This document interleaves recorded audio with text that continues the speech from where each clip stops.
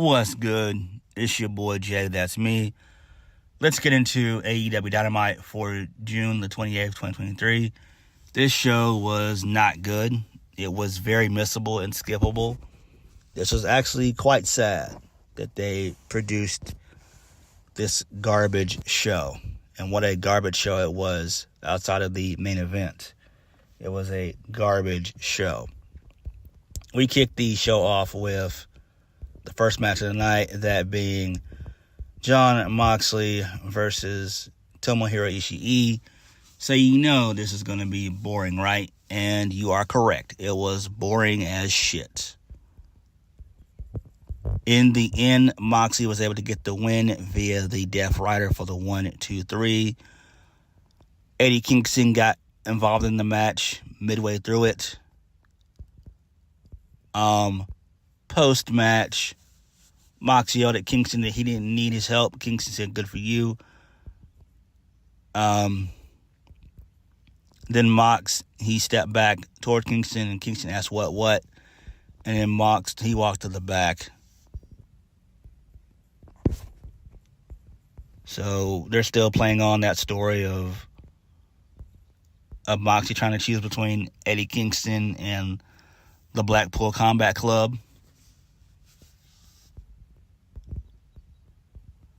Moving on, Renee Paquette. She stood in the parking garage and said that one half of the tag team with Adam Cole and MJF was pulling up. So Adam Cole got out of his car. So MJF showed up in his, and he walked up to Adam Cole. MJF said that it was so smart of Adam Cole. It was so smart of Adam Cole being sick for Forbidden Door. I should have thought of that. MJF said, so Cole said he was legitimately sick, and JF said teaming up with him is a great opportunity. Since he wasn't good enough to beat him, MJF said he's not ashamed to admit that Cole is close to his level. So imagine what they could do as a team. He said they could run the company. He suggested they could bond together and hang out this weekend. MJF asked Adam Cole if he wants to get to know him. Cole said, sure, why not? And then MJF got more excited. Then Adam Cole could stand. Adam Cole said he had to run off because he had to say hello to a few people. MJF said he had a gift for Adam Cole. He presented him with a t-shirt that says, "Better than you, baby." And then Adam Cole said, "Good God, man," and then he left. So that's fine right there, I guess. Very WWE-esque with all that went down. Not really all that important. So it's interesting to see where this goes, I guess. Now, we know they're not going to be able to coexist anyway, so it's not even going to even happen. So they might do a couple of comedy skits like they did it with MJF and Jericho. What was that? Back in 2021 when they did the Jericho and MJF feud. So all the way back then, they'll probably end up doing some skits like that. I wouldn't be shocked if they do. Moving on. So Mox and Kingston, they're arguing backstage in front of Renee. Renee told him to stop. Kingston said he saved his ass and he got it, and he has Moxie's back. He said he can't sit back and chill when he's hanging out with the scumbag Claudio. Moxie said he's still upset over something 10 years ago in Jakara, and to get over it, Renee poked Kingston in the chest and yelled, "You better fix this, I'm done." So they're still, doing that. So then we get a video package talking about Kenny Omega versus Will Ospreay Forbidden Door. Omega was shown afterwards saying it's not over and he'll be back. Excuse me. So he'll probably end up doing they'll probably end up doing the third and final match, probably at Wembley, since it's in Ospreay's backyard. They might end up doing a 60-minute Iron Man match. I think that's what they'll probably end up doing. I think that would be great. I'd love to really see that, if we're being honest. I think that would be tremendous right there. So they'll probably end up doing that because they did 40 minutes, so why not do 60 minutes, a 60-minute Iron Man match?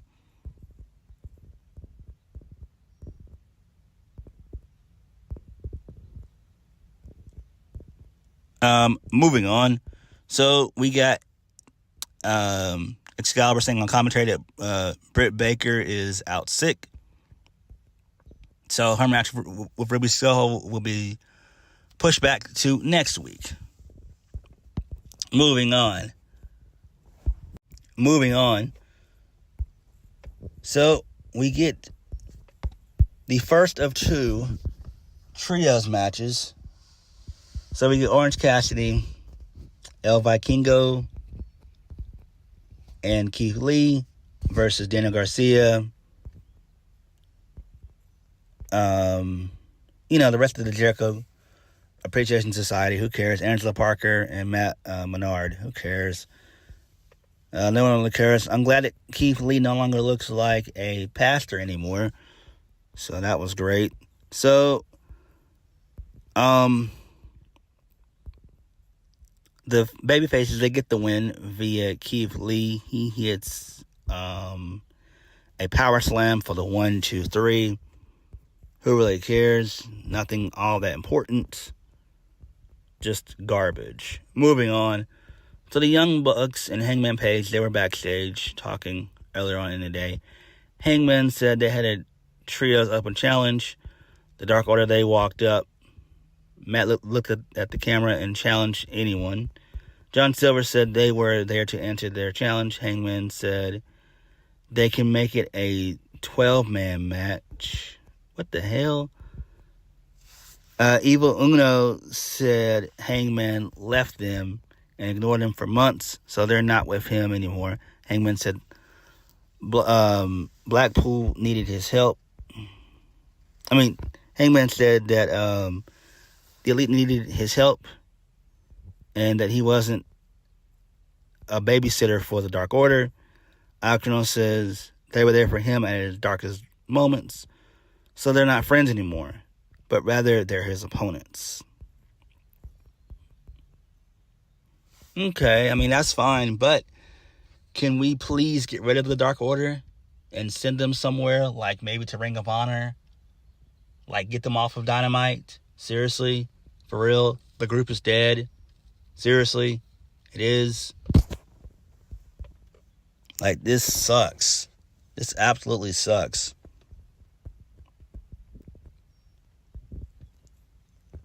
Moving on. So, Renee Paquette, she interviewed both Sammy Guevara and Chris Jericho. Jericho talked about his first battle with Sting. He said it's appropriate that it was on TBS with Shivani on commentary. He said Sting wanted more of him, saw the Painmakers showing up. Jericho said he's going to the primordial ooze of Jericho. And he said if Sting wanted to get dirty, then they can do that. Okay. That's fine, I guess. Moving on. Our second trios match of the night. The Elite versus the Dark Order. So the Elite get the win via the buckshot lariat. Who really cares? The story basically of this match was Hangman was being conflicted of whether to take out the Dark Order. So post-match, Hangman, he checked on John Silver. Then the Blackpool Combat Club, they came out and started beating up everybody. And then Don Callis, he came to the ring along with Tenosuke Takeshita. Then Kingston ran out to make the save, but the numbers sure came to him. And then Mox got on the mic and said the match has been a real blast, but it's about time it came to an end. He said they've all pushed themselves to the limits, and now it's time to push themselves beyond their limits. He issued a challenge for Blood and Guts, taking place on July 19th in Boston, Massachusetts. So that's pretty cool right there. I do enjoy that. Then we got some sound bites that aired with the Owen Hart's tournament for the men. So Samoa Joe, Ricky Starks, Juice Robinson, Samoa Joe.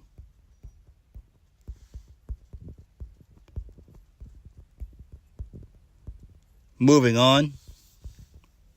Roderick Strong was backstage in the parking garage, and he told Adam Cole that he can't trust MJF. Cole says he knows that, but he's just playing along. MJF walked in and called Strong a generic white guy.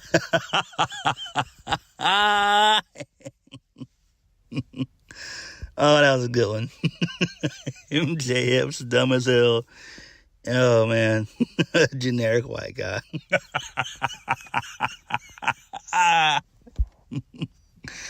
Good shit. Because Roderick Strong is generic. Let's just be honest. He's just a generic creator wrestler. Like, seriously. He is. MJF told Cole that it was time to leave because this place sucks. Cole hugged Roderick Strong, and then Cole got in MJF's SUV. And MJF shouted, "Party time, baby."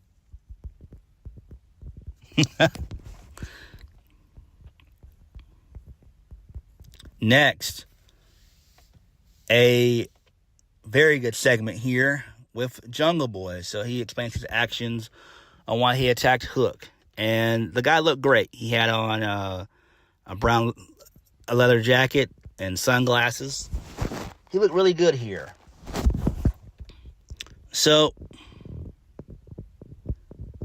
MJF told the crowd to turn that garbage off. He played his old theme. He told the fans that they ruined that song for him to the point where they won't hear it ever again. He said they can boo all they want, but it won't change the fact that he's heading to the airport tonight because those fans are stuck with the wildfires. Damn, that was a good line right there. He stepped into the ring. He said he's still young, and he's still cashing fat checks, and he's still banging the hottest bitch in this entire place. He said, "Toronto, let me ask you a question. It's only,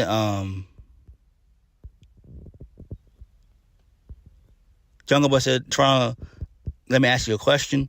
He asked if he turned on Hook or if Hook turned on him. He took issue with Hook dangling that belt in his face, and he said that the title isn't even recognized and that he's a fraud. Jungle Boy said that he never needed Hook. He said Jungle Hook was only good because of him, and he yelled at the crowd saying, "Shut up." Jungle Boy said he knows what that belt means to him and what it means to his family. So he said, he's talking to Taz. He said that's why he's going to have to take that title from him. He said when he gets his hands on Hook, he's going to beat the shit out of him. And then Hook comes out, his music plays. So Hook pursues to try to kick Jack Perry's ass, but Jack Perry dips out. So Jungle Boy heads backstage. He gets into a white SUV, pulls off, and Hook throws some trash cans around.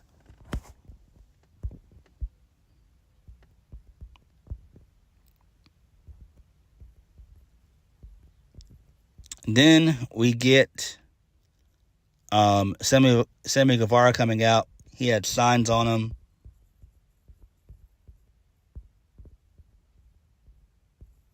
So he didn't do anything at all. This leads us into our next match. That being Ruby Soho taking on Alexia Nicole. So Ruby Soho wins via the riot kick. No, via the lockjaw in 2 minutes. So she gets on the mic, and the Outcast, they spray paint Nicole, and they roll out the ring. And then Ruby Soho thanked the fans for making Britt Baker sick because they live in a filthy, germ-ridden country that made Britt Baker sick. Ruby Soho said next week she'll be able to challenge her in front of the challenger in the first round of the Owen Hart tournament. She said Adam Cole didn't show up for his match at Forbidden Door. She said that if they have kids, they'll be little weak bastards. That was a good little line right there. She said Britt Baker once told her she didn't know who she was, but she loves who she is now. And she said that Britt Baker is a former shell of her former self. She insulted her for another minute, and that was it. Let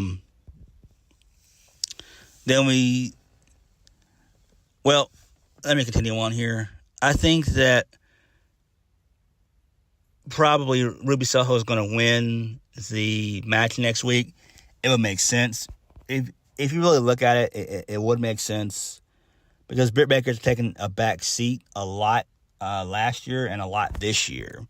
So she's not as hot as she used to be. She's not as forced. Her push is not as forced as it once was. So she's taking a back seat, and I do like that. So we get a Rampage clip that aired about Anthony Bowens coming out and saying that he was gay and all this and third. Who gives a shit? Fuck that shit. Who cares? Rampage is actually suffering to the point where it's about to get kicked off the air. I think last week's ratings, it got to like the 400s. So Rampage is in dire needs to change. If not, it's going to be canceled off the air. Next, we got QT Marshall and Johnny TV, a.k.a. Johnny Morrison, a.k.a. Johnny Elite, Johnny Impact. I feel bad for Johnny. I do. He said that he always... Johnny TV said he always makes hits and talked about facing Matt Hardy. I'm just like, man, I feel bad for him. They had to pair him with QT Marshall. Yeah, he's ruined. Johnny TV's ruined. I feel bad for him.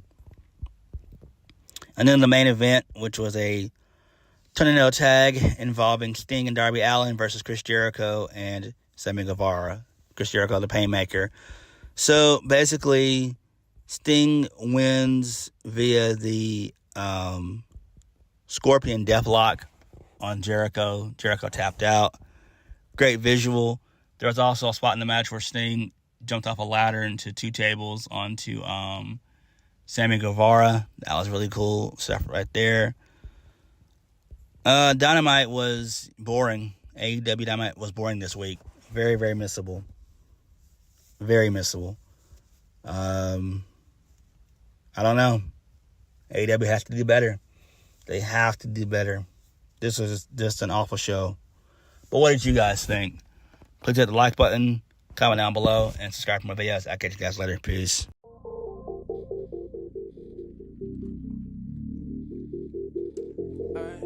To the